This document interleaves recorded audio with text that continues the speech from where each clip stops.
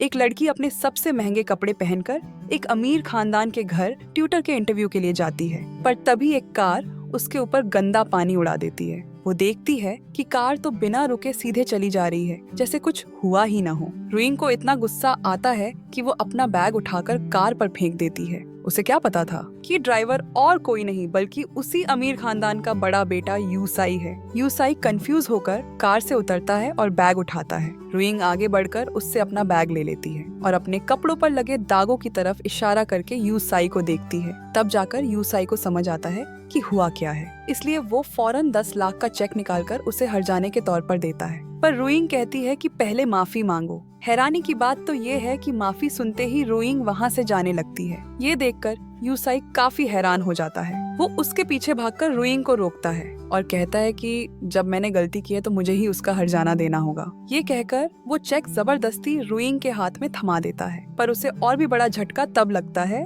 जब रुइंग उसे रोककर वो चेक वापस थमा देती है और कहती है, हर्जाना लेना है या नहीं ये मैं तय करूंगी। इतना कहकर वो मुड़कर चली जाती है। यूसाई ने भी पहली बार इतने एटीट्यूड वाली लड़की देखी थी। रुइंग एड्रेस देखकर उसी अमीर खानदान के घर पहुंचती है। तब यूसाई को पता चलता है कि यही उसके छोटे भाई शेंग साई की नई ट्यूटर है। यूसाई की माँ ये देखकर खुश होती है कि उनका बेटा इस नई ट्यूटर को जानता है। यूसाई अपनी माँ को अभी अभी हुई घटना के बारे में बताता है। यूसाई की माँ को अपने बेटे के बुरे बर्ताव के लिए बहुत अफसोस होता है। वो जल्दी से रुइंग को बदलने के लिए नए कपड़े देती हैं। रुइंग नए कपड़े पहनकर शेंग साई के कमरे में आती है और आते ही अपनी जगह पर बैठकर क्लास की तैयारी करने लगती है। लेकिन शेंग साई कान फाड़ देने वाला म्यूजिक चला देता है। वो चाहता था कि रुइंग परेशान होकर खुद ही चली जाए, पर हैरानी की बात ये है कि रुइंग उसे पूरी तरह से इग्नोर कर देती है और शेंग साई का लेवल चेक करने के लिए उसका टेस्ट लेना शुरू कर देती है। पर शेंग साई तो बिना देखे ही जवाब देना शुरू कर देता है। उसे हैरानी तब होती है जब रुइंग भी बिना देखे ही उसके जवाब चेक करने लगती है और उसका मजाक उड़ाते हुए कहती है कि उसमें तो नकल करने की भी अकल नहीं है। ये सुनकर शेंग साई को बहुत गुस्सा आता है। वो कहता है कि चाहे मैं कितना भी बुरा हूँ फिर भी तुक्का लगाकर 20% तो सही कर ही सकता हूँ। इसके बाद रुइंग उसे जवाब समझाना शुरू करती है। शेंग साई देखता है कि रुइंग ने कोई गलती नहीं निकाली है। ये देखकर उसके पास कहने को कुछ नहीं बचता। ठीक उसी समय घर के मालिक अपने बेटे की पढ़ाई पर नजर रखने के लिए किसी को भेजते हैं। वो लोग आते ही कान फाड़ देने वाले म्यूजिक की आवाज सुनते हैं। वो रुइंग से पूछते हैं कि इतने शोर में क्लास कैसे चल सकती है और कहती है कि क्लास के समय उसे कोई डिस्टर्ब न करे। रुइंग का ये एटीट्यूड देखकर शेंग साई डर जाता है, लेकिन मालकिन इस बात से खुश नहीं थी।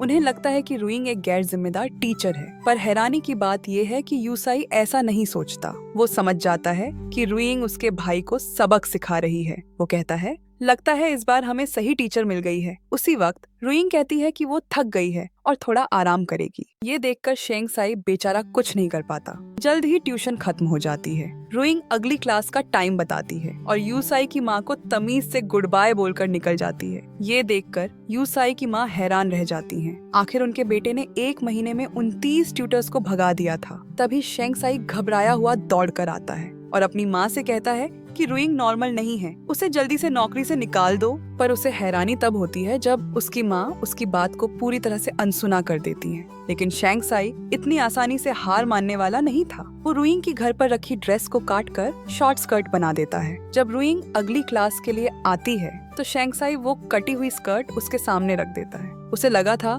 कि रुइंग गुस्सा होकर नौकरी छोड़ देगी। कौन जानता था रुइंग ने सीधे वो शॉर्ट स्कर्ट पहन ली और शेंग साई को थैंक यू भी बोला। वो कहती है, तुमने इसे काट कर मेरे लिए बिल्कुल फिट बना दिया। ये देखकर शेंग साई हार मान लेता है। ट्यूशन खत्म होने के बाद रुइंग वही शॉर्ट स्कर्ट पहनकर जाने लगती है। शेंग साई को डर लगता है कि कहीं उसके पापा उसकी ये हरकत न देख लें। वो जल्दी से रुइंग को रोकता है, पर रुइंग कहती है, ये तो और भी अच्छा है। मैं तुम्हारे पापा को तुम्हारे कैंची चलाने का टैलेंट दिखा सकती हूँ ताकि वो तुम्हें पढ़ाई के लिए फोर्स करना बंद कर दें और तुम्हें एक हेयर ड्रेसर बनाने पर ध्यान दें। ये सुनकर शेंग साई भी हार मान लेता है। रुइंग मान जाती है। इसके बाद घर के मालिक यूसाई को रुइंग को घर छोड़ने के लिए कहते हैं। पर हैरानी की बात ये है कि बाहर निकलते ही रुइंग यूसाई को वापस जाने के लिए कहती है और कहती है कि वो बस से चली जाएगी जो ज्यादा आसान है। यूसाई रुइंग को रोककर कहता है कि वो अपने पापा को जवाब नहीं दे पाएगा और बिना कुछ कहे रुइंग को गाड़ी में बिठा देता है। उसे खुद भी एहसास नहीं होता कि उसके दिल में इस एटीट्यूड वाली लड़की के लिए एक गहरी फीलिंग आ गई है। एक दिन यूसाई देखता है कि रुइंग अपने कमरे में गर्म पानी ले जा रही है। वो समझ जाता है कि वो पैसे बचाने के लिए नूडल्स खा रही है, इसलिए यूसाई रुइंग का दरवाजा खटखटाता है और कहता है कि उसे भाई शेंगसाई की ट्यूशन के बारे में बात करनी है। बेचारी रुइंग को लगता है कि उससे काम में कोई गलती हो गई है, पर यूसाई उसे गाड़ी में बैठने को कहता है ताकि वो कहीं और बात कर सके। हैरानी की बात ये थी कि यूसाई उसे एक रेस्टोरेंट ले आया था। तब यूसाई कहता है, तुम हमारे साथ खाना नहीं खाती हो और अकेले में छिपकर नूडल्स खाती हो, इसलिए मैं तुम्हें बाहर लाया ताकि तुम कुछ अच्छा खा सको। उसे हैरानी तब होती है जब रुइंग ये सुनकर बहुत गुस्सा हो जाती है और कहती है कि वो अपनी मर्जी से उसकी लाइफ में दखल दे रहा है। ये कहकर वो उठकर चली जाती है। यूसाई पीछे जाकर रुइंग को रोकता है, पर रुइंग उसका हाथ झटक कर कहती है, मुझसे दूर रहो। इसके बाद रुइंग टैक्सी बुलाकर घर चली जाती है। यूसाई को भी समझ आता है कि उसने जल्दबाजी कर दी। भले ही रुइंग के एटीट्यूड से यूसाई को गुस्सा आया, लेकिन उसे अभी भी फिक्र थी कि कहीं रुइंग भूखी न रह जाए। वो सुपरमार्केट जाकर बहुत सारा खाना खरीदता है और घर आकर रुइंग का दरवाजा खटखटाता है और बिना कुछ कहे खाना फेंक कर चला जाता है। अपने कमरे में वापस आकर यूसाई सोचता है कि कहीं उसने अपनी फीलिंग्स बहुत ज्यादा तो नहीं दिखा दी। अगले दिन सुबह सुबह यूसाई रुइंग को जल्दी घर से निकलते हुए देखता है। वो जॉगिंग का बहाना बनाकर उसके पीछे जाता है। यूसाई पहले कल की बात के लिए माफी मांगता है, फिर समझाता है, मैं बस तुम्हें पसंद करता हूँ, तुम ज्यादा मत सोचो, और बताता है कि वो जल्द ही विदेश जा रहा है। मैं चाहता हूँ कि मेरे जाने से पहले हम दोनों के बीच सब कुछ ठीक हो जाए। दोनों के बीच का टेंशन अब थोड़ा कम होने लगा था, पर उन्हें क्या पता था कि जल्द ही उनके रिश्ते में एक बहुत बड़ा बदलाव आने वाला है। एक दिन यूसाई को अपने भाई शेंगसाई के कमरे में एक डॉल मिलती है। शेंगसाई बताता है कि ये रुइंग यहीं भूल गई थी। जब यूसाई उसे ध्यान से देखता है, उसे पक्का हो जाता है कि ये उसी इंसान की है जिसने उसकी बाइक चुराई थी। उसके बैग पर बिल्कुल ऐसी ही डॉल थी, इसलिए वो फोटो लेकर रुइंग से कंफर्म करने जाता है। उसी दिन रुइंग अपना पार्ट टाइम काम खत्म करके निकली ही थी कि उसे अपने भाई का मैसेज आता है कि माँ की तबीयत खराब है और वो हॉस्पिटल में है। वो उसे जल्दी आने को कहता है। वो बहुत बेचैन थी, पर उसे कोई टैक्सी नहीं मिल रही थी और घर जाने वाली आखिरी बस भी छूटने वाली थी। जल्दी में उसने एक बहुत हिम्मत वाला फैसला लिया। वो बाइक के मालिक का ध्यान भटकने का फायदा उठाती है। रुइंग बाइक पर बैठती है और तेजी से चलाने लगती है। जब तक वो हॉस्पिटल पहुंचती है, उसे एक ऐसी खबर मिलती है जिसे वो मान ही नहीं सकती। डॉक्टर बताते हैं कि उनकी माँ को नहीं बचाया जा सका और ऑपरेशन के दौरान उनकी मौत हो गई। इस अचानक मिली बुरी खबर से रुइंग का दिल टूट जाता है और उसे ये बात और भी ज्यादा परेशान करती है कि उसके पापा को माँ की हार्ट की बीमारी के बारे में कुछ पता ही नहीं था। माँ ने बीमार होने से पहले पापा को न जाने कितने फोन किए थे, पर पापा से बात ही नहीं हो पाई। माँ ने ही इस घर को संभाला था और वो रुइंग की सबसे बड़ी हिम्मत भी थी। घर आकर जब वो माँ का सामान देख रही थी, तभी पड़ोसी ये सुनकर कि रुइंग की माँ नहीं रही, पैसे मांगने आ जाते हैं। सबने रुइंग की माँ की वजह से ही पैसे उधार दिए थे। भले ही उन्हें रुइंग की माँ के लिए दुख था, पर वो नहीं चाहते थे कि उनके पैसे डूब जाएं। इस समय तक रुइंग अपने पापा से पूरी तरह निराश हो चुकी थी। वो अपनी माँ का सामान उठाकर वहाँ से जाने लगती है, जैसे उसे किसी बात से कोई फर्क ही नहीं पड़ता। जब पड़ोसी उसे रोकते हैं तो रुइंग कहती है कि कानून के हिसाब से माँ बाप का कर्ज बच्चों पर नहीं आता। इतना कहकर रुइंग वहाँ से चली जाती है। निराश होकर रुइंग अपने रहने की जगह पर लौटती है। वो अपनी माँ की अस्थियां देखकर उनकी आखिरी इच्छा समझ जाती है, इसलिए वो अपनी मेहनत की सारी कमाई अपने भाई को दे देती है ताकि भाई पापा का कर्ज चुका सके।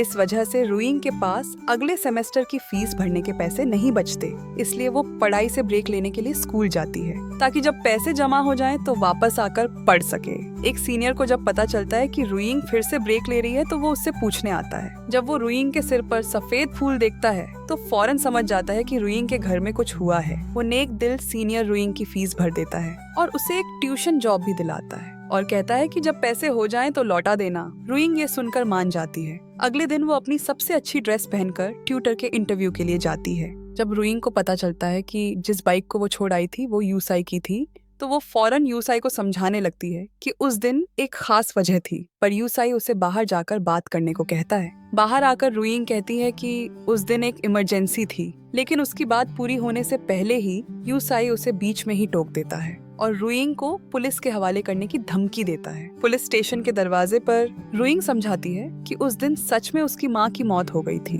लेकिन यू साई उसकी बात पर बिल्कुल यकीन नहीं करता।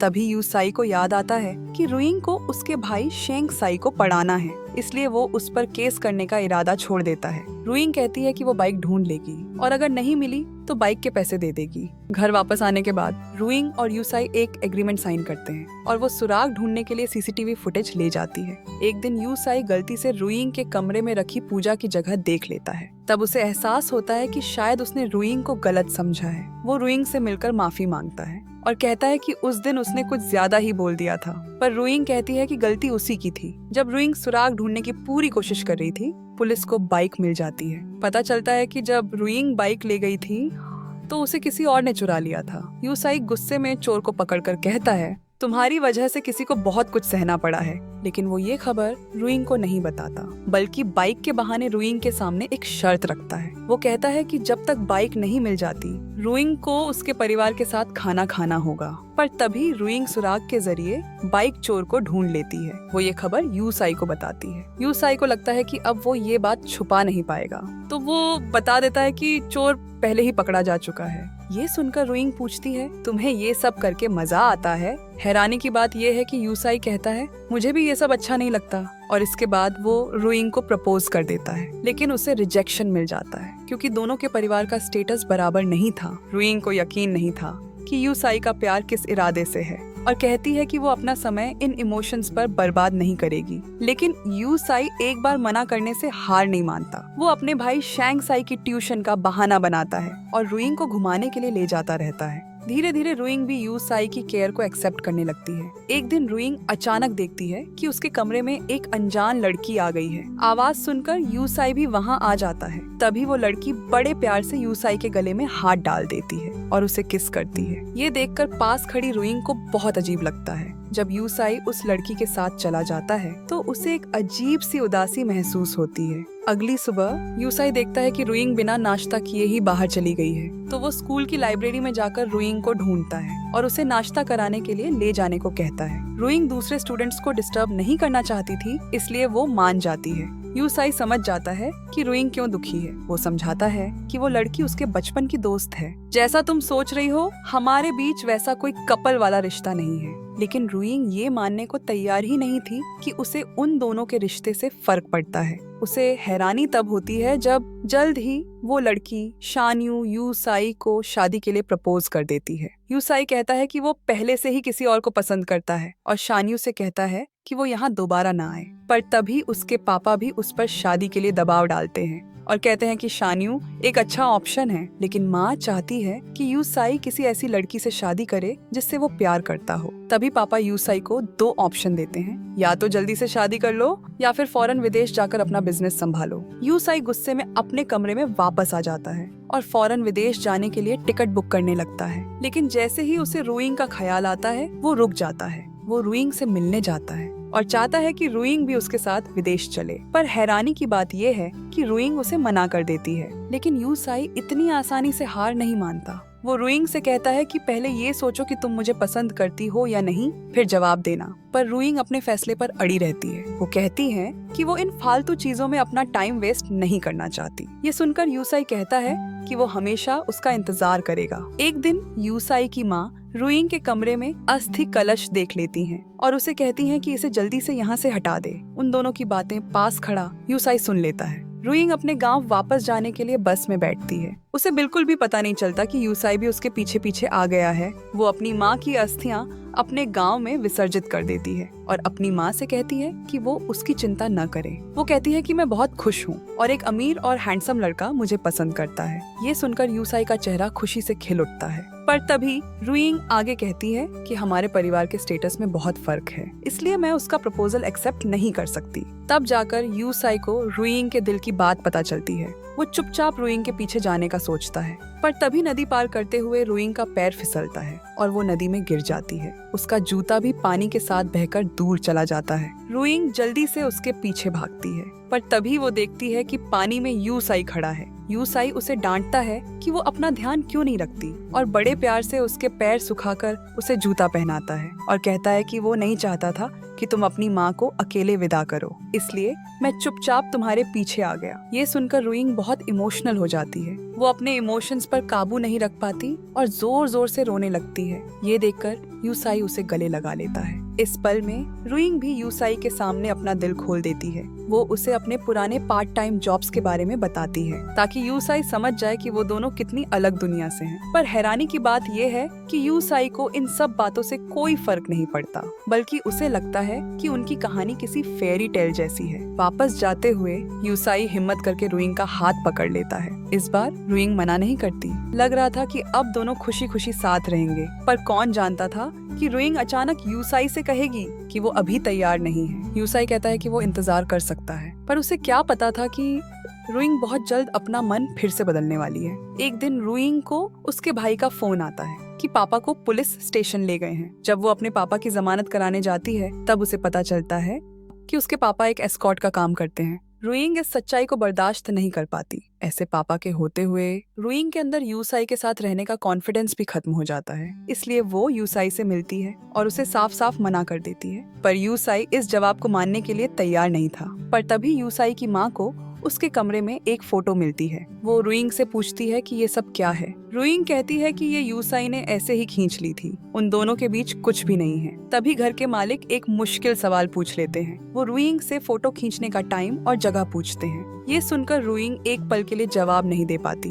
तभी यूसाई आगे आता है और कहता है कि यही वजह है कि वो विदेश नहीं जा रहा और यहीं रुकने की जिद कर रहा है। ये सुनकर उसके पापा उस लड़की के परिवार के बारे में पूछना शुरू कर देते हैं। तभी यूसाई की माँ को रुइंग के कमरे में देखा हुआ वो अस्थि कलश याद आता है। रुइंग बताती है कि वो उसकी माँ का है। यूसाई के पापा फिर पूछते हैं, तुम्हारे पापा क्या काम करते हैं? रुइंग को अपने पापा का वो काम याद आता है और उसे बहुत शर्मिंदगी महसूस होती है। इसलिए वो झूठ बोल देती है कि उसके पापा भी अब इस दुनिया में नहीं हैं। यूसाई ये सुनकर हैरान रह जाता है कि रुइंग एक अनाथ है, पर उसे और भी बड़ा झटका तब लगता है जब रुइंग कहती है कि वो जल्द ही यहाँ से चली जाएगी और घर के मालिक से कहती है कि चिंता न करे, मेरा और यूसाई का कोई रिश्ता नहीं है और आगे भी कभी कोई रिश्ता नहीं होगा। इतना कहकर रुइंग उठकर चली जाती है। यूसाई उसके पीछे जाकर माफी मांगता है। उसे लगता है कि सबके सामने सच बताकर उसने रुइंग को शर्मिंदा कर दिया है, पर रुइंग उसे जाने के लिए कहती है और कहती है, आज के बाद हम एक दूसरे के लिए अजनबी हैं। यूसाई को इस बात से कोई फर्क नहीं पड़ता। वो फिर से रुइंग से मिलता है और कहता है कि वो उसके प्यार पर भरोसा करे, पर रुइंग उसे ठंडा पानी फेंककर जवाब देती है और कहती है, तुमने अपने हाथों से मेरे पहले प्यार को खत्म कर दिया। ये सुनकर यूसाई बहुत एक्साइटेड हो जाता है। इसका मतलब रुइंग भी उससे प्यार करती है। उसे लगता है कि रुइंग बस डर रही है कि उसके पापा उसे एक्सेप्ट नहीं करेंगे, इसलिए वो कहता है, मैं अपने मम्मी पापा को तुम्हें अपनाने के लिए मना लूंगा। रुइंग कहती है, कोई जरूरत नहीं है, सच्चा प्यार मांगा नहीं जाता। इतना कहकर वो मुड़कर चली जाती है। यूसाई घर लौटता है। उसके पापा दोस्त की बेटी के साथ उसकी मीटिंग फिक्स कर देते हैं। यहाँ तक कि उसकी माँ भी उसे ताना मारती है और कहती है कि कम से कम ऐसी लड़की ढूंढो जिसे हम पसंद तो कर सके। उसी समय रुइंग को अपनी इनकम की चिंता होने लगती है। उसने न सिर्फ अपने भाई की ग्रेजुएशन तक की फीस का वादा किया है, बल्कि अपनी खुद की फीस के लिए भी उसने सीनियर से बहुत पैसे उधार लिए हैं। जब वो अपनी आखिरी क्लास लेने जाती है तो मालकिन उससे कहती है कि वो शैंगसाई को सच न बताए, बस ये कह दे कि किसी और वजह से जॉब छोड़ रही हो। जब रुइंग ऊपर जाने लगती है तो मालकिन फिर कहती है कि यूसाई किसी और से शादी करने वाला है। ये सुनकर रुइंग के दिल में कई तरह की फीलिंग्स आने लगती हैं। जब वो शैंगसाई को बताती है कि वो अब उसकी ट्यूटर नहीं रहेगी तो शैंगसाई उसे जाने नहीं देना चाहता।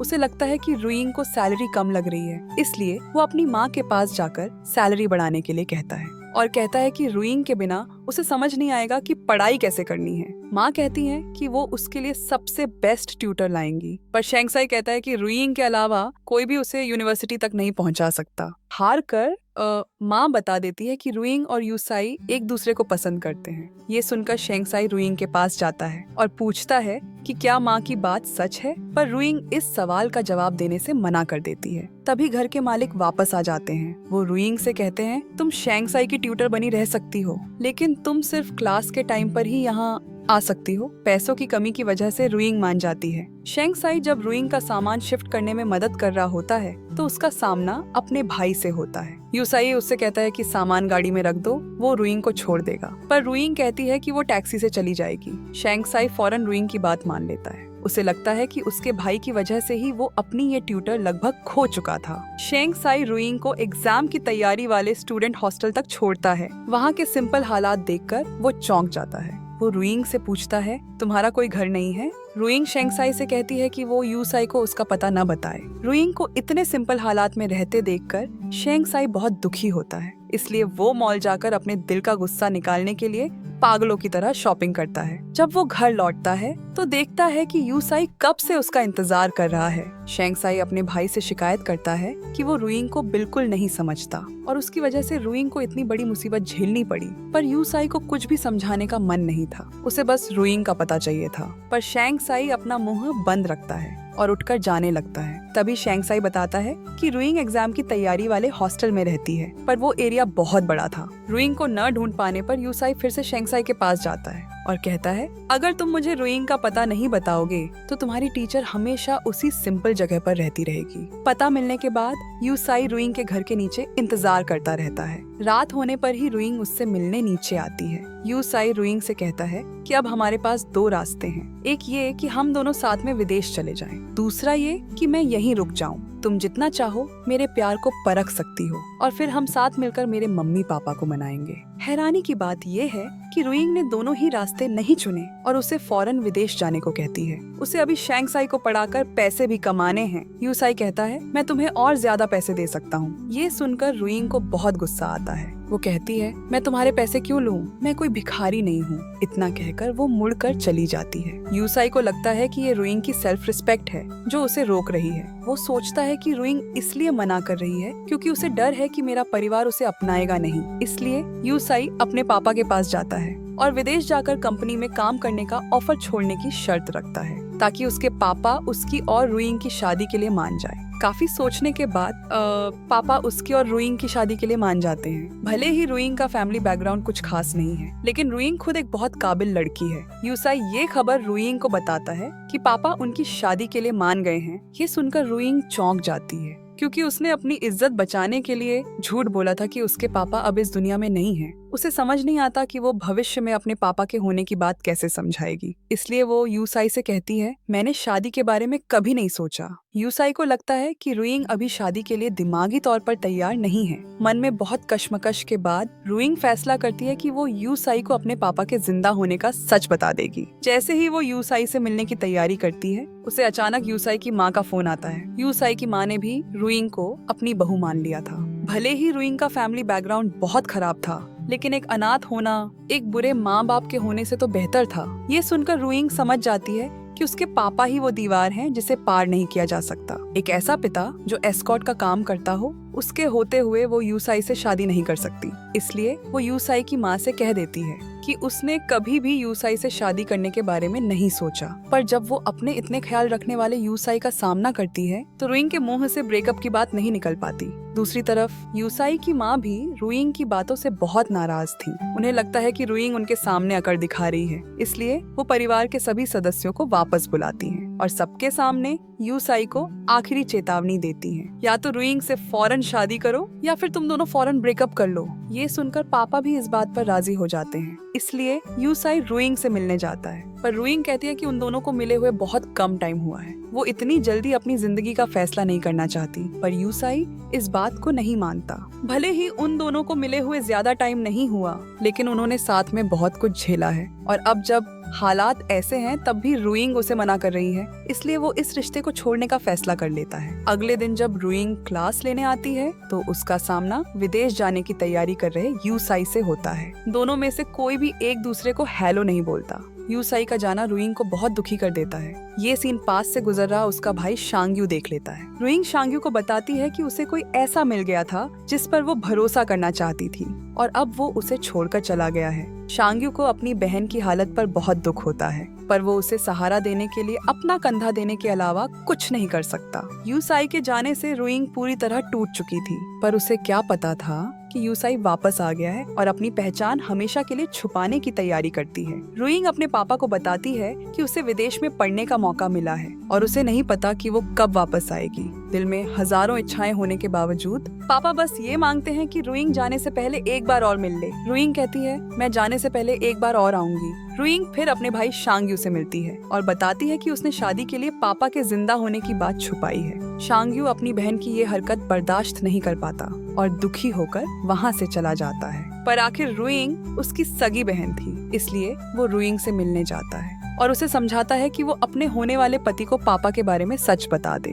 पर हैरानी की बात ये है कि रुइंग मना कर देती है। वो अपने पापा की वजह से इस रिश्ते को छोड़ना नहीं चाहती। अपने पापा की वजह से वो पहले ही बहुत कुछ खो चुकी है। वो पापा की वजह से अपने सबसे प्यारे इंसान को अब और नहीं खोना चाहती। रुइंग का ये फैसला शांगयू को बहुत निराश करता है। वो अपनी बहन की इस हरकत को माफ नहीं कर पाता और कहता है कि वो ये कभी ना माने कि उसका कोई भाई भी है। इस दिन रुइंग वादे के मुताबिक अपने पापा को अलविदा कहने आती है। जाते समय पापा शांगयू से रुइंग को बाहर तक छोड़ने को कहते हैं। बाहर आकर शांगयू रुइंग से कहता है कि वो दोबारा पापा के सामने ना आए, वरना मैं तुम्हारी इस तथाकथित खुशी को अपने हाथों से बर्बाद कर दूंगा। जल्द ही रुइंग की शादी हो जाती है, पर उसे क्या पता था कि उसके पापा अचानक उसकी शादी में पहुंच जाते हैं। जब पापा देखते हैं कि दुल्हन उनकी अपनी बेटी रुइंग है तो उन्हें अपनी आंखों पर यकीन नहीं होता। इस वक्त तो रुइंग को विदेश जाने वाली फ्लाइट में होना चाहिए था। फिर उसे सब कुछ समझ आ जाता है। बेटी बस ये नहीं चाहती कि उसका ये नाकारा बाप आगे उसकी जिंदगी में कभी आए,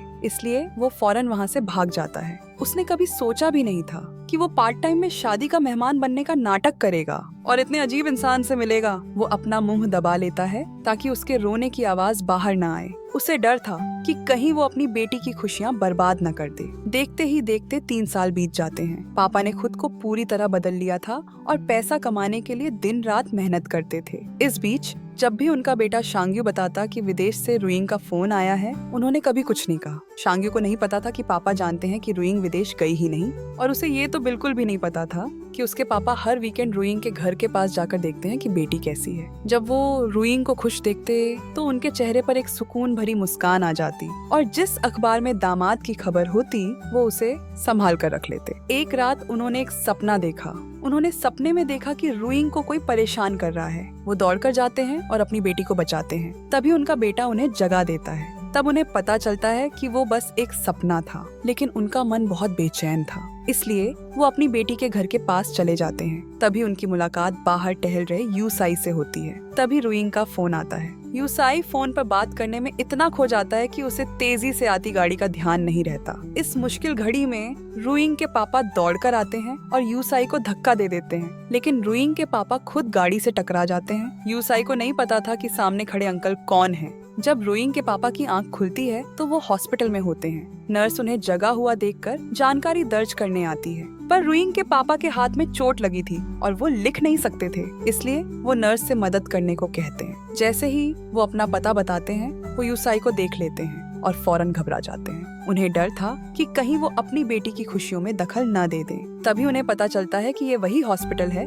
जहां उनका बेटा काम करता है। किसी भी तरह की मुसीबत से बचने के लिए रुइंग के पापा नर्स का ध्यान भटकते ही इमरजेंसी गेट से निकल जाते हैं। वो एक छोटे से क्लिनिक में जाकर अपनी चोट का इलाज कराते हैं, पर उन्हें क्या पता था कि यूसाई उनके दिए हुए पते पर उन्हें ढूंढते हुए आ गया है। वो कहते हैं कि वो ठीक हैं और यूसाई को जाने के लिए कहते हैं। यूसाई उनके हाथ पर बंधी पट्टी देखकर उन्हें हॉस्पिटल ले जाने की जिद करता है। जब वो देखते हैं कि अंकल जाने को तैयार नहीं हैं, तो यूसाई हर जाने के तौर पर 10 लाख निकालता है। पर हैरानी की बात ये है कि वो सिर्फ 10,000 की मजदूरी मांगते हैं। यूसाई कहता है कि ये मेरी तरफ से है, अंकल रख लीजिए, पर अंकल लेने से साफ मना कर देते हैं और कहते हैं कि मैंने जो किया वो पैसों के लिए नहीं किया। फिर वो चिढ़कर कहते हैं कि या तो 10,000 दो या फिर यहाँ से जल्दी जाओ। हार कर यूसाई 10,000 का चेक निकालता है। रुइंग के पापा चेक लेकर जाने लगते हैं। यूसाई उन्हें फिर से रोककर अपना विजिटिंग कार्ड देता है और कहता है कि कोई भी प्रॉब्लम हो तो मुझसे कांटेक्ट करें। पर उसे क्या पता था कि अंकल हाथ बढ़ाकर इस मामले को यहीं खत्म करने को कहेंगे। तो वो अंकल का हाथ थामकर उन्हें शुक्रिया कहता है। जाते जाते वो अंकल से उनका नाम पूछता है, पर अंकल अपने एक दोस्त का नाम बता देते हैं। यूसाई फिर से शुक्रिया कहकर वहाँ से चला जाता है। उसने कभी सोचा भी नहीं था कि ये अजीब अंकल और कोई नहीं बल्कि उसके ससुर हैं। एक दिन यूसाई गलती से रुइंग के फोन पर डेली रिमाइंडर देख लेता है। उस पर सिर्फ पापा लिखा था। उसे लगता है कि आज उसके ससुर की पुण्यतिथि है, इसलिए वो अपनी माँ से पूजा का सामान तैयार करने को कहता है ताकि रात को जब रुइंग वापस आए तो वो सब मिलकर उनके पापा की पूजा कर सकें। जब रुइंग घर लौटकर अपने पापा की पूजा होते हुए देखती है तो उसका चेहरा उतर जाता है। इमोशंस के इस तूफान में रुइंग सीधे बेहोश हो जाती है। यूसाई को लगता है कि रुइंग अपने दुखद अतीत को याद करके ज्यादा दुखी हो गई है। वो रुइंग को संभालने की बहुत कोशिश करता है और कहता है कि वो अपनी दर्द भरी यादें उसे बताए ताकि वो उसका दुख बांट सके। पर हैरानी की बात यह है कि रुइंग अचानक गुस्सा हो जाती है। जब यूसाई को लगता है कि उसने फिर से रुइंग के दुखती रग पर हाथ रख दिया है तो वो फौरन माफी मांगता है। उसने कभी सोचा भी नहीं था कि उसके ससुर अभी भी जिंदा हैं और उस अंकल के लिए परेशान था। अंकल ने न सिर्फ उसका हर्जाना लेने से मना कर दिया बल्कि चोट की वजह से उनकी नौकरी भी चली गई। ये सुनकर रुइंग उसे कहती है कि वो कंपनी में अंकल के लिए एक आसान सी जॉब का इंतजाम कर दे। रुइंग को नहीं पता था कि यूसाई की जान बचाने वाला और कोई नहीं बल्कि उसके अपने पापा हैं। यूसाई अंकल के जिद्दी स्वभाव को जानता था, इसलिए वो अंकल के दोस्त के पास जाता है और उसे कहता है कि वो अंकल को कंपनी में काम करने के लिए मनाए। अंकल जब सुनते हैं कि महीने की सैलरी 10 लाख है और बाकी फायदे भी हैं, तो उनका मन ललचा जाता है और वो फौरन नौकरी के लिए हाँ कर देते हैं। इस वक्त अंकल को नहीं पता था कि वो यूसाई की कंपनी में काम करने जा रहे हैं। जल्द ही अंकल अपनी उम्मीदें लेकर नौकरी ज्वाइन करने आते हैं। पर हैरानी की बात ये है कि सामने वाला बिना देखे ही उन्हें कपड़े बदलकर काम शुरू करने को कहता है। तभी यूसाई वहाँ आ जाता है। अंकल मुड़कर अचानक यूसाई को देखकर घबरा जाते हैं। तब उन्हें पता चलता है कि ये नौकरी यूसाई ने ही लगवाई है। होश में आते ही अंकल वहाँ से जाने की तैयारी करते हैं, पर यूसाई उन्हें रोक लेता है। उसे समझ नहीं आता कि अंकल उसे देखकर हमेशा घबरा क्यों जाते हैं। अंकल भला सच कैसे बता सकते थे? मना करने का कोई कारण न होने की वजह से उन्हें फिलहाल ये जॉब स्वीकार करनी पड़ी और वो सोचते हैं कि सही मौका देखकर इस्तीफा दे देंगे। उसी समय रुइंग हॉस्पिटल में अपनी दोस्त से मिलने आती है, पर उसे क्या पता था कि उसकी दोस्त का इलाज करने वाला डॉक्टर और कोई नहीं बल्कि उसका अपना भाई है। वो 3 साल से बिछड़े अपने भाई को देखकर बहुत इमोशनल हो जाती है। पर हैरानी की बात यह है कि शांग्यू मुड़कर चला जाता है। रुइंग उसके पीछे जाकर भाई का हाल चाल पूछना चाहती है, पर उसका भाई उसे बात करने का मौका ही नहीं देता। ये देखकर रुइंग का दिल टूट जाता है, पर उसे और भी बड़ा झटका तब लगता है जब उसे पता चलता है कि उसकी अपनी ननद भी इसी हॉस्पिटल में काम करती है। उसे डर लगने लगता है कि कहीं उसका झूठ सबके सामने ना आ जाए, इसलिए वो फिर से अपने भाई शांग्यू से मिलती है और कहती है कि इस हॉस्पिटल में उसकी दोस्त है और वो चाहती है कि शांग्यू कहीं और जाकर काम करे। पर शांग्यू उसे मना कर देता है और कहता है, तुम्हारा परिवार सिर्फ तुम्हारा पति है, मैं और पापा तुम्हारे लिए अजनबी हैं। इतना कहकर वो चला जाता है। उसने कभी सोचा भी नहीं था कि उसकी बहन जिस इंसान की बात कर रही है वो उसकी अपनी गर्लफ्रेंड मीजिन है, जिसे वो लंबे समय से डेट कर रहा है। एक दिन शांग्यू और मीजिन ने परिवार से मिलने का प्लान बनाया। तभी वो अचानक यूसाई को वहाँ देखता है। उसे फौरन याद आता है कि ये तो उसकी बहन का पति है। वो चुपचाप उसके पीछे चला जाता है। तभी यूसाई को मीजिन का फोन आता है। तब शांग्यू को पता चलता है कि मीजिन उसकी बहन की ननद है। उसे मीजिन की पुरानी बातें याद आती हैं। इसका मतलब मीजिन भी एक अमीर परिवार की बेटी है। शांग्यू बाहर खड़े होकर बहुत देर तक सोचता है। आखिरकार वो मीजिन को फोन करता है और कहता है कि उसे अचानक काम आ गया है और वो नहीं आ सकता। उस दिन के बाद से शांग्यू जानबूझकर मीजिन से दूरी बनाने लगता है। आखिरकार मीजिन को पता चल जाता है कि शांग्यू को उसके परिवार के बारे में पता चल गया है। वो शांग्यू से कहती है कि वो अपने मम्मी पापा को मना लेगी, मैं तुम्हें कोई तकलीफ नहीं होने दूंगी। पर शांग्यू उसे मना कर देता है। वो कहता है, तुम्हें कुछ करने की जरूरत नहीं है जब तक मैं कोई फैसला नहीं ले लेता। मीजिन को नहीं पता था कि शांग्यू सिर्फ उसके परिवार की वजह से परेशान नहीं है, बल्कि रुइंग भी एक वजह है। कई दिनों तक सोचने के बाद शांग्यू रुइंग के लिए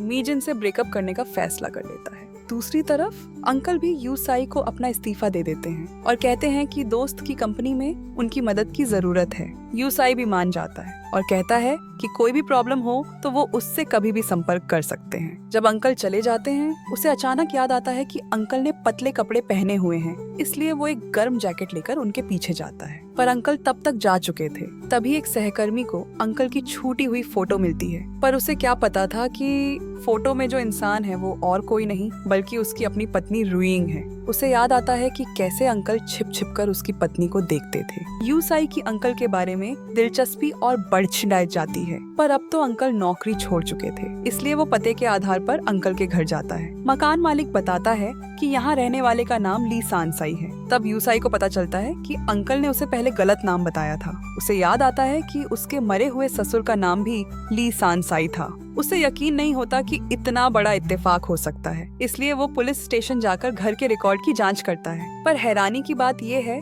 कि वो अंकल ही उसके ससुर निकलते हैं। पर उसे समझ नहीं आता कि उसकी पत्नी ने अपने पापा के बारे में झूठ क्यों बोला। वो ऐसी इंसान तो नहीं है, फिर उसने ऐसा क्यों किया। दोस्त उसे कहता है कि कोई भी सवाल हो तो सीधे पूछ लेना चाहिए, पर यूसाई ऐसा नहीं सोचता। वो अपनी पत्नी के स्वभाव को अच्छी तरह जानता है। ये वो नतीजा नहीं था जो यूसाई चाहता था। जब यूसाई अभी तक सच का पता नहीं लगा पाया था, उसकी बहन मीजिन का फोन आता है। वो उससे कहती है कि वो उसके बॉयफ्रेंड को मनाए कि वो उससे ब्रेकअप ना करे। यूसाई पहले तो अपनी बहन के रिलेशनशिप में नहीं पड़ना चाहता था, पर बहन की बार बार की मिन्नतों के आगे वो हार जाता है। इसलिए यूसाई शांग्यू को मिलने के लिए बुलाता है। पर हैरानी की बात ये है कि शांग्यू मिलने ही नहीं आता। बाद में वो हॉस्पिटल जाकर शांग्यू को ढूंढता है, पर शांग्यू उसे देखते ही वहाँ से खिसक जाता है। इस तरह नजरअंदाज किए जाने से यूसाई को बहुत गुस्सा आता है। उसे लगता है कि शांग्यू मीजिन के इतने प्यार के लायक नहीं है। वो मीजिन को शांग्यू को छोड़ने के लिए कहता है, पर उसकी बहन लगातार शांग्यू की तरफदारी करती रहती है। इसलिए यूसाई शांग्यू की जासूसी करवाता है। वो जानना चाहता था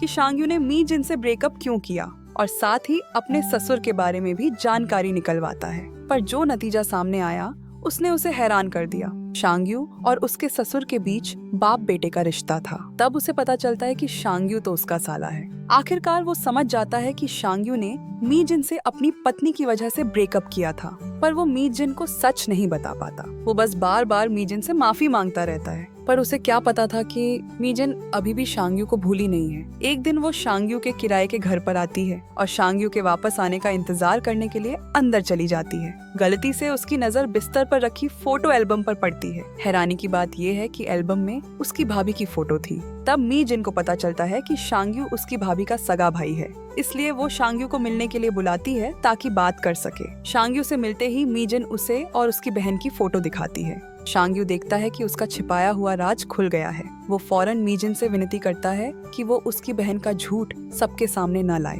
मन में बहुत सोचने के बाद वो अभी भी शांग्यू को छोड़ना नहीं चाहती थी। वो शांग्यू से मिलकर अपने दिल की बात कहती है। वो कहती है कि उसका भाई उसकी भाभी से बहुत प्यार करता है। अगर भाभी सच बता भी देंगी तो भी उसका भाई भाभी को नहीं छोड़ेगा। पर शांग्यू ऐसा नहीं सोचता। वो अपनी बहन के स्वभाव को जानता है। अगर उसका झूठ पकड़ा गया तो उसकी बहन खुद ही चली जाएगी। मीजिन को समझ नहीं आता कि शांग्यू अपनी बहन के लिए इतनी बड़ी कुर्बानी क्यों दे रहा है। शांग्यू उसे बताता है कि उसकी बहन ने अपने सपने छोड़कर उसे यूनिवर्सिटी में पढ़ाया है। वो नहीं चाहता कि उसकी वजह से उसकी बहन की खुशियों पर कोई असर पड़े। वो उम्मीद करता है कि मीजिन भी उसकी बहन को बख्श देगी। शांग्यू मीजिन को पूरी तरह से भुलाने के लिए लंबे समय से उसे पसंद करने वाली शियोमिंग से शादी करने का फैसला करता है। पर शांग्यू को ये नहीं पता था कि उसकी मंगेतर और यूसाई के परिवार सालों से एक दूसरे को जानते हैं। जल्द ही यूसाई को शादी का इनविटेशन कार्ड मिलता है। इस पल यूसाई फैसला करता है कि वो अपनी पत्नी को अपनी जगह शादी में भेजेगा। वो इस मौके का इस्तेमाल करना चाहता था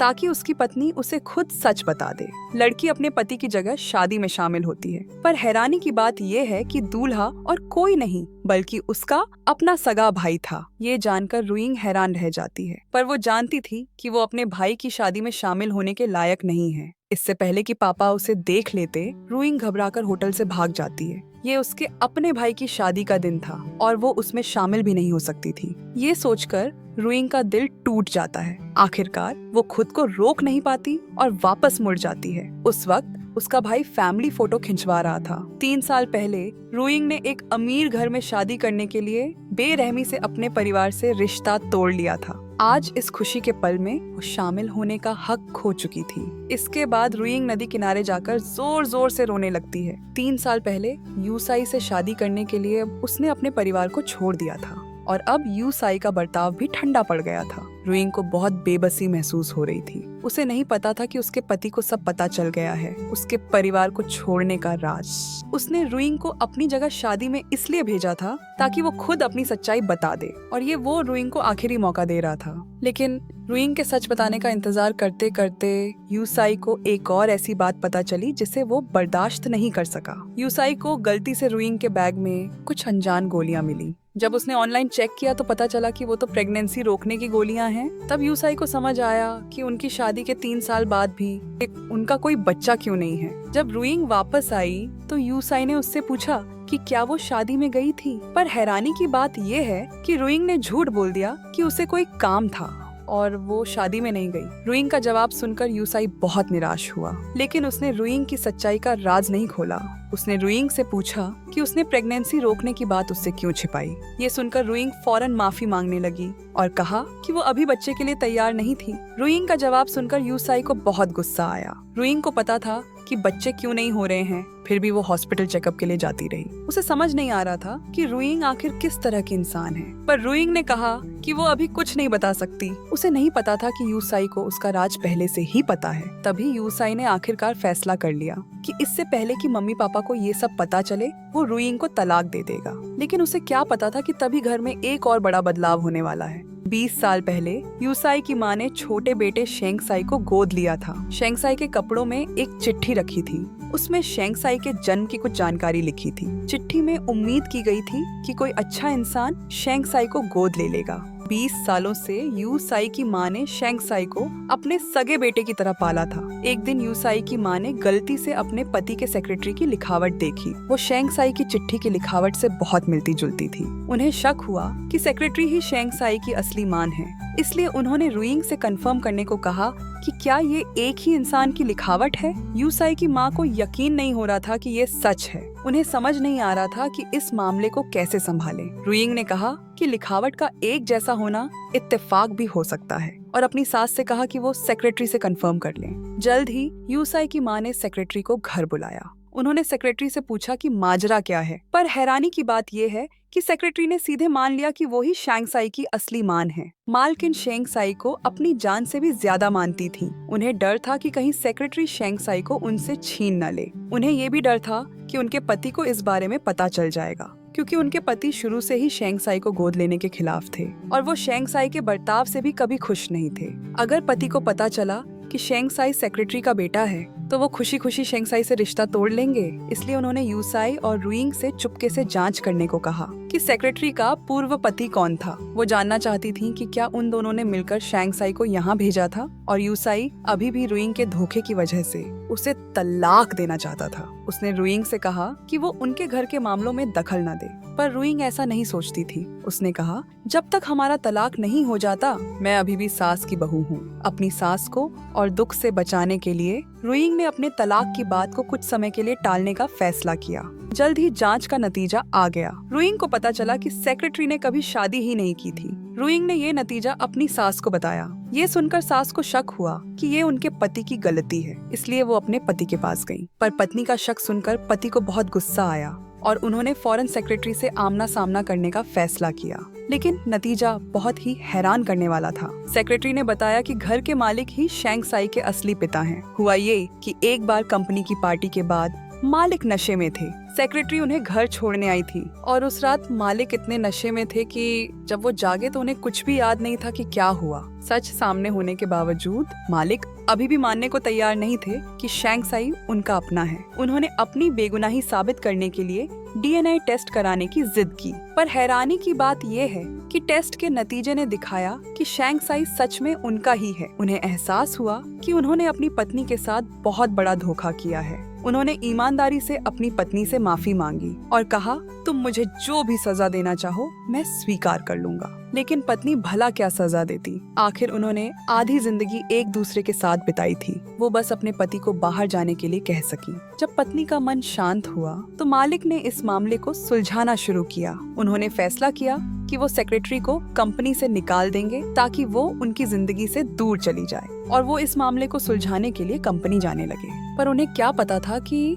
जैसे ही वो घर से निकले सेक्रेटरी वहां आ धमकी। सेक्रेटरी को डर था कि शेंगसाई की सच्चाई सामने आने के बाद उसके साथ बुरा बर्ताव होगा, इसलिए वो शेंगसाई को अपने साथ ले जाने की तैयारी में थी। ये देखकर मालकिन के दिल का गुस्सा आखिरकार फूट पड़ा। उन्होंने सेक्रेटरी को शेंगसाई को ले जाने नहीं दिया और दावा किया कि वो उसका सारा बदला शेंगसाई पर निकालेगी। उन्होंने ध्यान नहीं दिया कि शेंगसाई वापस आ गया है। तभी शेंगसाई को भी पता चल गया कि सेक्रेटरी उसकी असली माँ है। वो इस सच्चाई को बर्दाश्त नहीं कर सका और भागकर बाहर चला गया। इस वक्त मालकिन का गुस्से से सांस लेना मुश्किल हो रहा था। लेकिन उन्हें अभी भी शेंग साई की सुरक्षा की चिंता थी। इसलिए उन्होंने यू साई को फोन करके बताया कि शेंग साई घर छोड़कर चला गया है। लेकिन उस वक्त शेंग साई ने अपना फोन बंद कर लिया था। यू साई भी शेंग साई से संपर्क नहीं कर पा रहा था। अपनी माँ को शांत करने के लिए उसने शेंग साई से संपर्क होने का नाटक किया और कहा कि शेंग साई कुछ दिन अपने दोस्त के घर रहेगा। उसी समय सेक्रेटरी ने शेंग साई को ढूंढ लिया,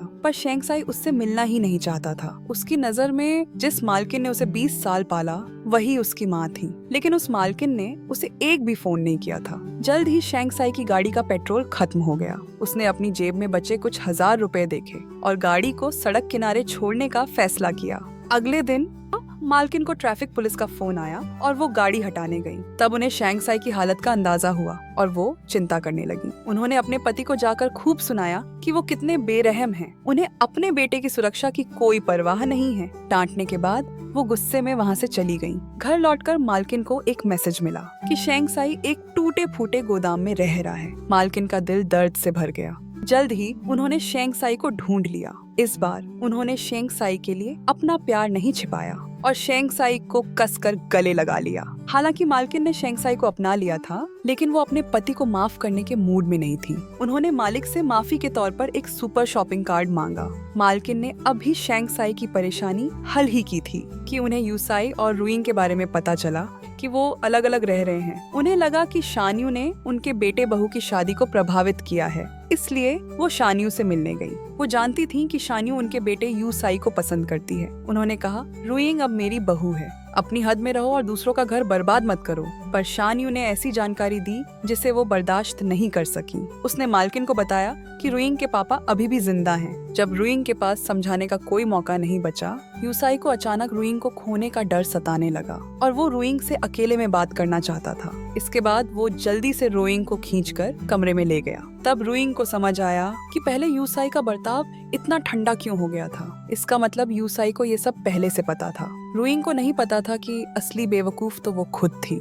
इसलिए उसने एक फैसला किया और हैरान परेशान यूसाई को छोड़कर नीचे चली गई। होश में आते ही यूसाई फौरन रुइंग के लिए सफाई देने उसके पीछे भागा, पर रुइंग ने उसकी बात काट दी। उसने ईमानदारी से अपने सास ससुर से माफी मांगी और एक तलाक का एग्रीमेंट निकाला। इतना कहकर रुइंग वहाँ से चली गई। रुइंग के फैसले ने यूसाई को हैरान कर दिया। उसने नहीं सोचा था कि रुइंग इतनी दृढ़ होगी। इसके बाद वो उसके पीछे गया, पर देखा कि रुइंग ने पहले ही अपना सामान पैक कर लिया था। यूसाई ने उसे रोककर कहा, क्या तुम मेरी परवाह नहीं करती? पर रुइंग ने सीधे उसकी बात मान ली। इतना कहकर वो अपना सामान खींचकर वहाँ से चली गई। अगले दिन रुइंग यूसाई से मिली। उसने यूसाई से जल्द तलाक की प्रक्रिया पूरी करने को कहा। यूसाई का दिल दुखाने के लिए रुइंग ने कहा कि उसने उससे शादी की ताकि वो अपने खराब माहौल को छिपा सके, पर यूसाई ने उसकी बात पर यकीन नहीं किया। उसने कहा, तुम्हारे पापा तो तुम्हारी बहुत परवाह करते हैं। तब रुइंग को पता चला कि जिस अंकल ने यूसाई को बचाया था वो उसके अपने पापा थे।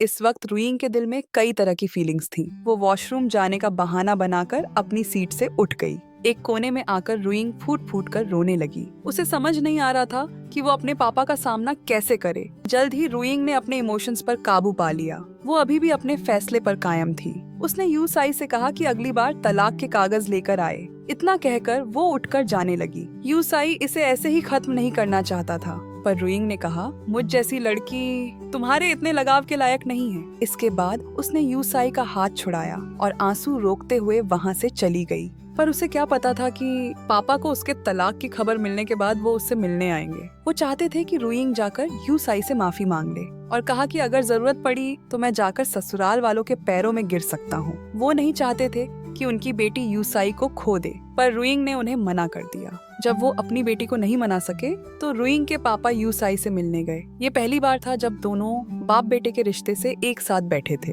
रुइंग के पापा ने यूसाई को वो बातें बताई जो वो नहीं जानता था। उन्होंने बताया कि वो जुए की लत में डूबे हुए थे और उन पर बहुत कर्ज था। उन्होंने न सिर्फ अपने बच्चों की फीस हार दी, बल्कि रुइंग की माँ के इलाज के पैसे भी नहीं बचे। तब यूसाई को समझ आया कि रुइंग अपना अतीत क्यों नहीं बताना चाहती थी और वो अपने पापा से रिश्ता क्यों तोड़ना चाहती थी। जब रुइंग के पापा ने देखा कि यूसाई रुइंग का दर्द समझ गया है तो वो उठकर चले गए। उस वक्त यूसाई का दिल रुइंग के लिए दर्द से भर गया। वो रुइंग के साथ बिताए हर पल को याद करने लगा। उसकी आंखों से पछतावे के आंसू बहने लगे। जल्द ही यूसाई फिर से रुइंग से मिला। वो रुइंग के साथ एक नई शुरुआत करना चाहता था और वादा किया कि वो अपने मम्मी पापा को मना लेगा कि वो रुइंग के बारे में कुछ न पूछे, पर रुइंग ने बिना सोचे ही उसे मना कर दिया और कहा जो बीत गया उसे बीत जाने दो, और यूसाई से कहा कि वो भविष्य में ये सब दोबारा न कहे।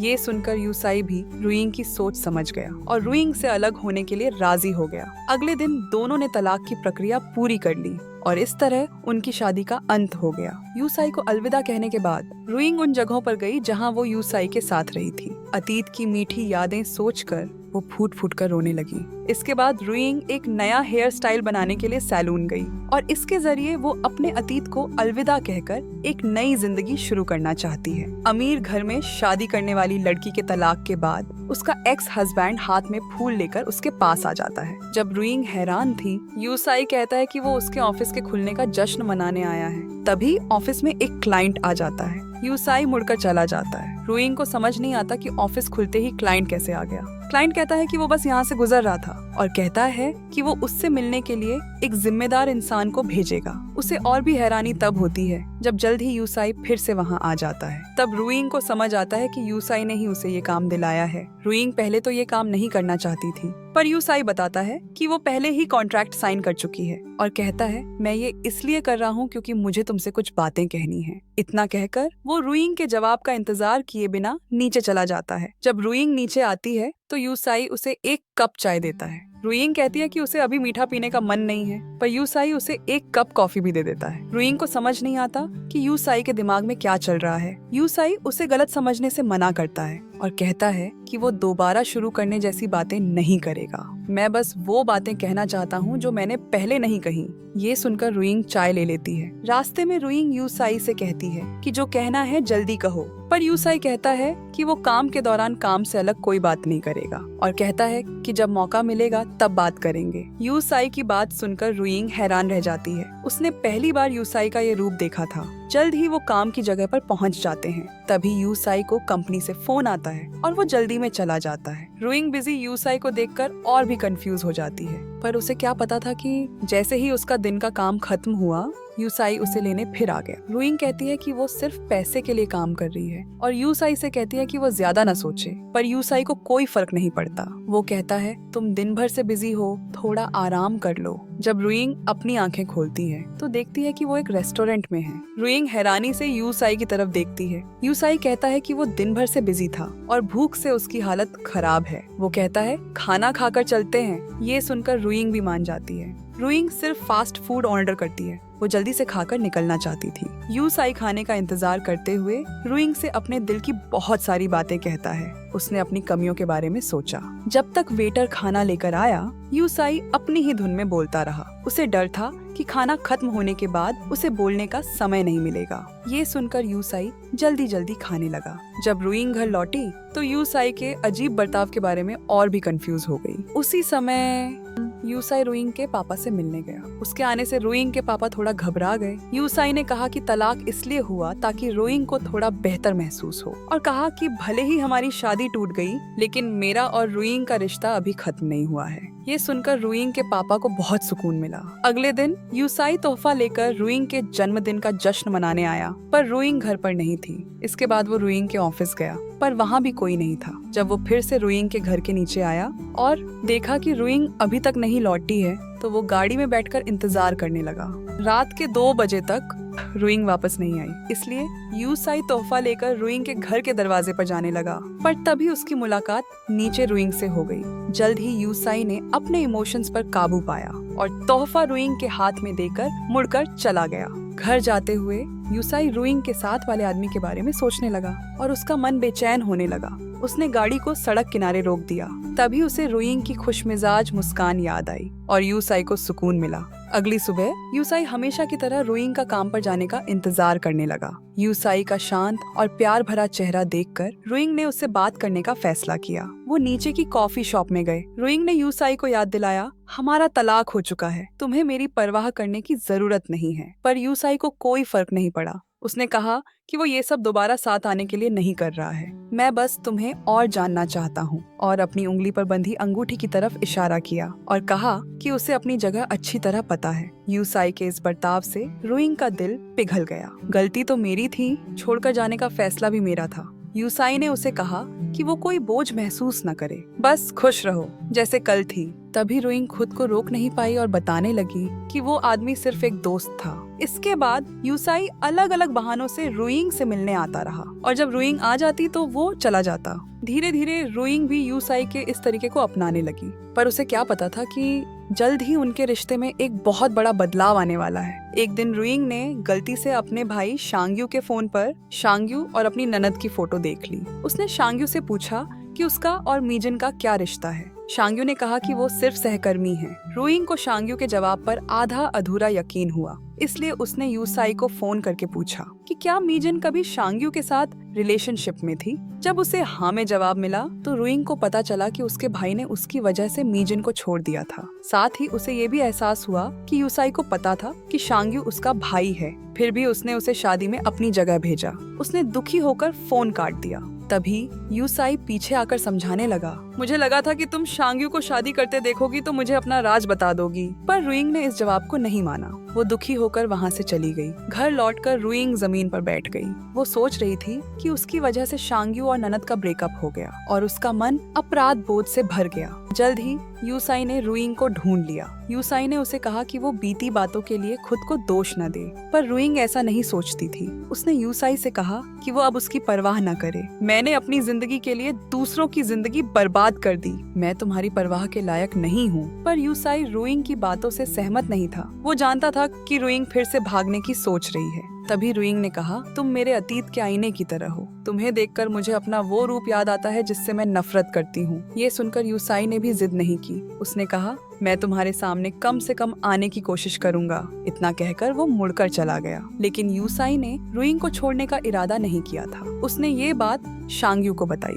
जल्द ही शांग्यू ने रुइंग को ढूंढ लिया। शांग्यू ने रुइंग से कहा कि वो खुद को दोष न दे और कहा कि उसका और मीजन का ब्रेकअप किसी और वजह से हुआ था और बोला, अब मैं और मेरी पत्नी भी बहुत खुश हैं। उसने रुइंग से कहा कि वो यूसाई के दिल को देखे। तुम्हारा झूठ तो पापा की वजह से था, लेकिन यूसाई ने ये सब किसके लिए किया? ये सुनकर रुइंग के आंसू नहीं रुके। हाल की घटनाओं ने रुइंग को बहुत परेशान कर दिया था। उसने अकेले पहाड़ पर जाकर मन शांत करने का फैसला किया, पर वहाँ उसकी मुलाकात दो आदमियों से हुई। जब उन्होंने देखा कि आसपास कोई नहीं है, तो दोनों आदमियों ने रुइंग का साथ देने की सोची। घबराहट में रुइंग ने जोर से यूसाई का नाम पुकारा। हैरानी की बात यह है कि यूसाई सच में वहाँ आ गया। रुइंग का साथी देखकर वो आदमी मुड़कर चले गए। यूसाई का आना रुइंग के लिए एक बड़ा सरप्राइज था। यूसाई ने समझाया, तुम्हारी दोस्त ने बताया कि तुम अकेले पहाड़ पर आई हो। मुझे चिंता हुई, इसलिए मैं पीछे पीछे आ गया। सोचा था कि चुपचाप तुम्हारे पीछे रहूंगा। ये सुनकर रुइंग का दिल भर आया। तभी यूसाई ने रुइंग से अपने साथ नीचे चलने को कहा, पर वो खुद ही फिसल गया। रुइंग फौरन देखने के लिए आगे बढ़ी। उसने देखा कि यूसाई के टखने में मोच आ गई है। दोनों को एक दूसरे का सहारा लेकर नीचे उतरना पड़ा। तलाक के बाद ये पहली बार था जब वो इतने करीब थे।